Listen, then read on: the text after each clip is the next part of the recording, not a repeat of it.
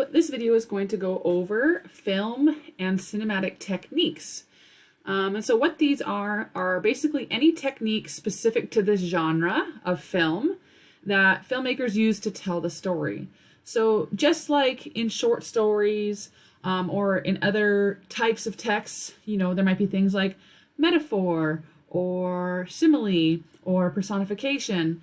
While some of those things might still happen in film, these things are very, very specific to film directly. Okay. So when we have a look at these, the first thing we're going to talk about are camera shots. And so there's lots of different things that filmmakers do with the camera to create meaning for the audience. And so it's really important that the audience feels a connection to the story and the character. And so the directors are using different camera angles in order to create that connection between the screen and the audience. The focus of the story usually tells the audience which characters they should cheer for and which ones they should cheer against. And using specific camera shots helps to reinforce what the filmmaker wants us to feel about each of these characters. So when we're looking at these different types of camera shots, as well as a few other techniques that we'll be talking about, is you want to keep in mind two questions. What effect does that technique have?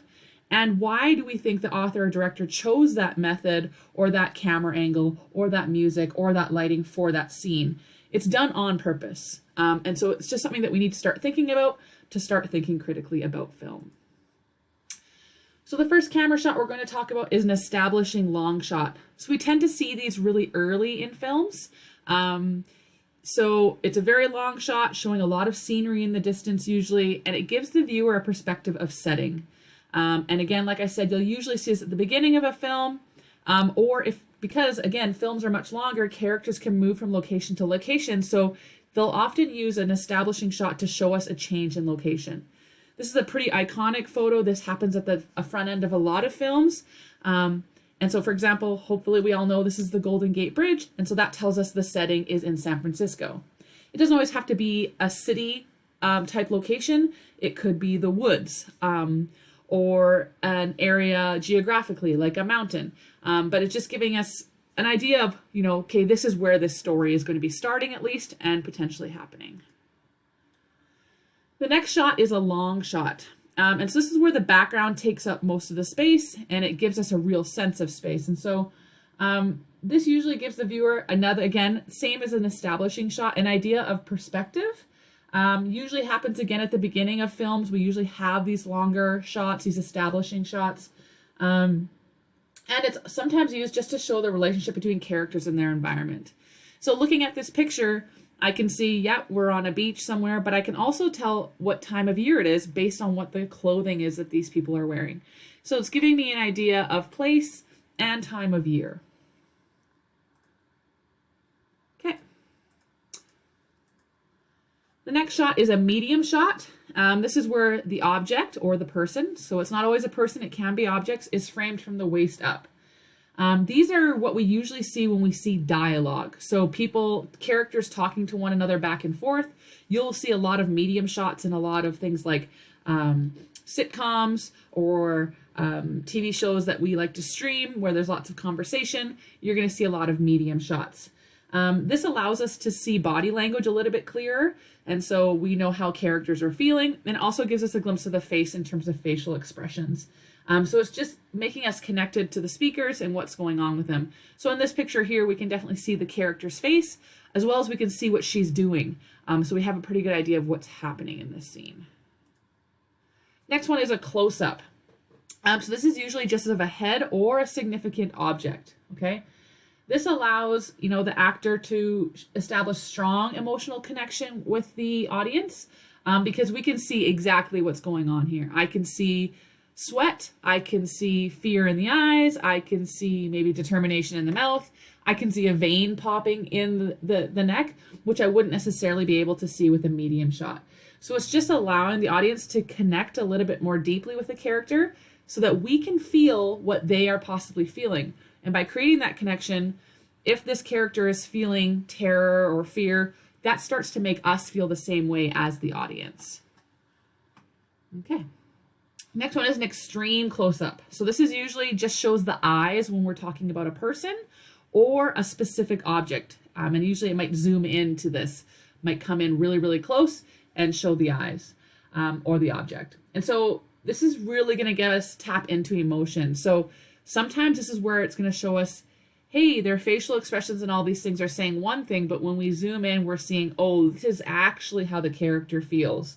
It might often sometimes give us minute details about the plot.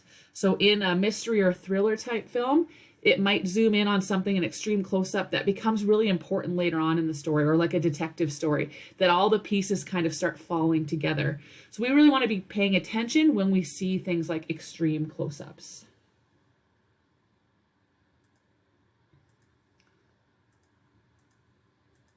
Okay, next, so those are all different types of shots that directors can make.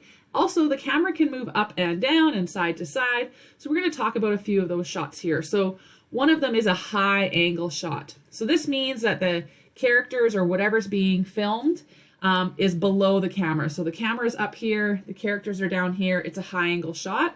And so what tends to happen there is it tends to make that whatever is in the frame seem weak. So if we look here at Thor and Captain America, we can see that there's a little bit of fear on their face, but also because the thing is towering, or the camera is towering over this, whatever is behind the camera seems stronger. So in this case, maybe it's a monster or something like that.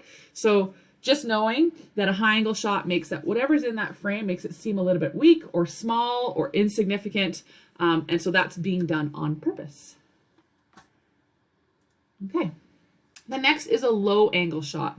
So this is where the camera is below the subject and aiming up at the subject.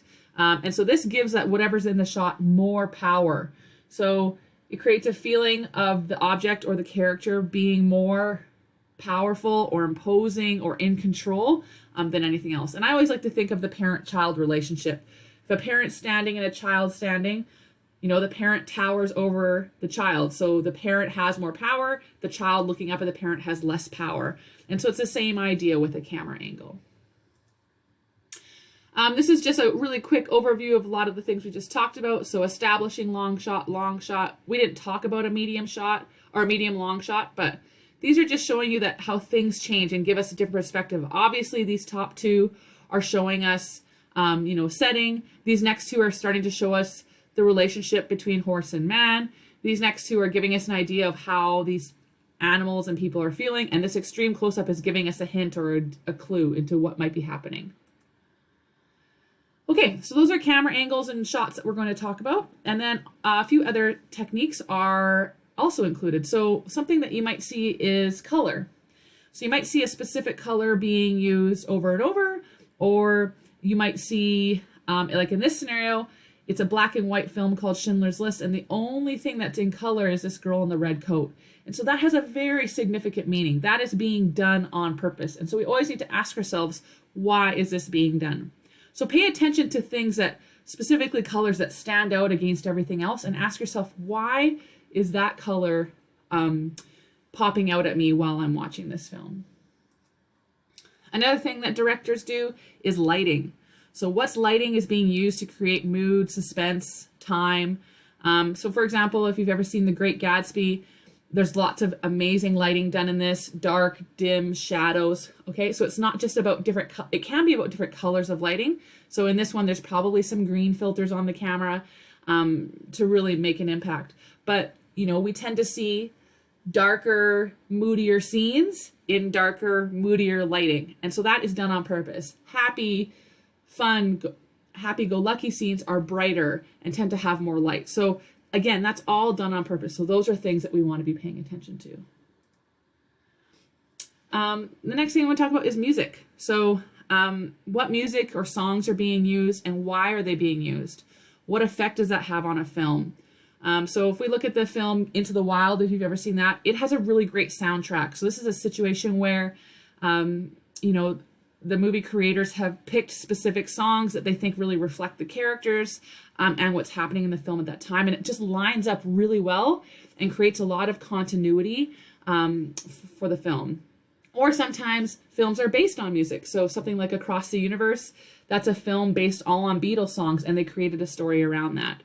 Now, it doesn't have to be necessarily soundtrack type music. It can just be, if we think of a romantic scene, what type of music would we hear? In a horror film, what kind of music are we going to hear? So you're going to notice that there's different sounds associated with different feelings. And so again, music's really being used, and lighting really being used to create a connection with the audience, to make us feel a certain way. If we don't feel a certain way when we watch a movie, we generally turn it off. So we need to be connected, and these are some of the things that they use. The last one I want to talk about is special effects. And so these can be very extreme or very low key. Special effects are used to add a realistic feel to the film. So filmmakers are doing, trying to create something called verisimilitude. And so verisimilitude means, is it believable, right? So usually we don't believe that one person can beat 1,000 people in a war, but if things are captured correctly, the music is right, the lighting is right, we believe it. And so special effects is one way that directors can go around doing that. So it can include something small, like ambient noises, like car engines, patrons talking in a restaurant, maybe some cooking in the kitchen, the crackling of a fire. Those are things happening in the background that are being put in. Those aren't actually there usually. Then we can get into bigger stuff like visuals and stunts. So I think of something like Fast and the Furious, right? That's a lot of big time stunts that have to be directed really carefully and really well, because otherwise they aren't believable. And then sometimes things are added to add reality. So wind, rain, fog, snow, clouds. I always think of, the classic romantic scene, well, where people are kissing and how many times it's in the rain. Well, that's done on purpose. Okay, so these are just some things to think about when we're watching a film. And so hopefully you're looking out for these when you watch your film for this unit.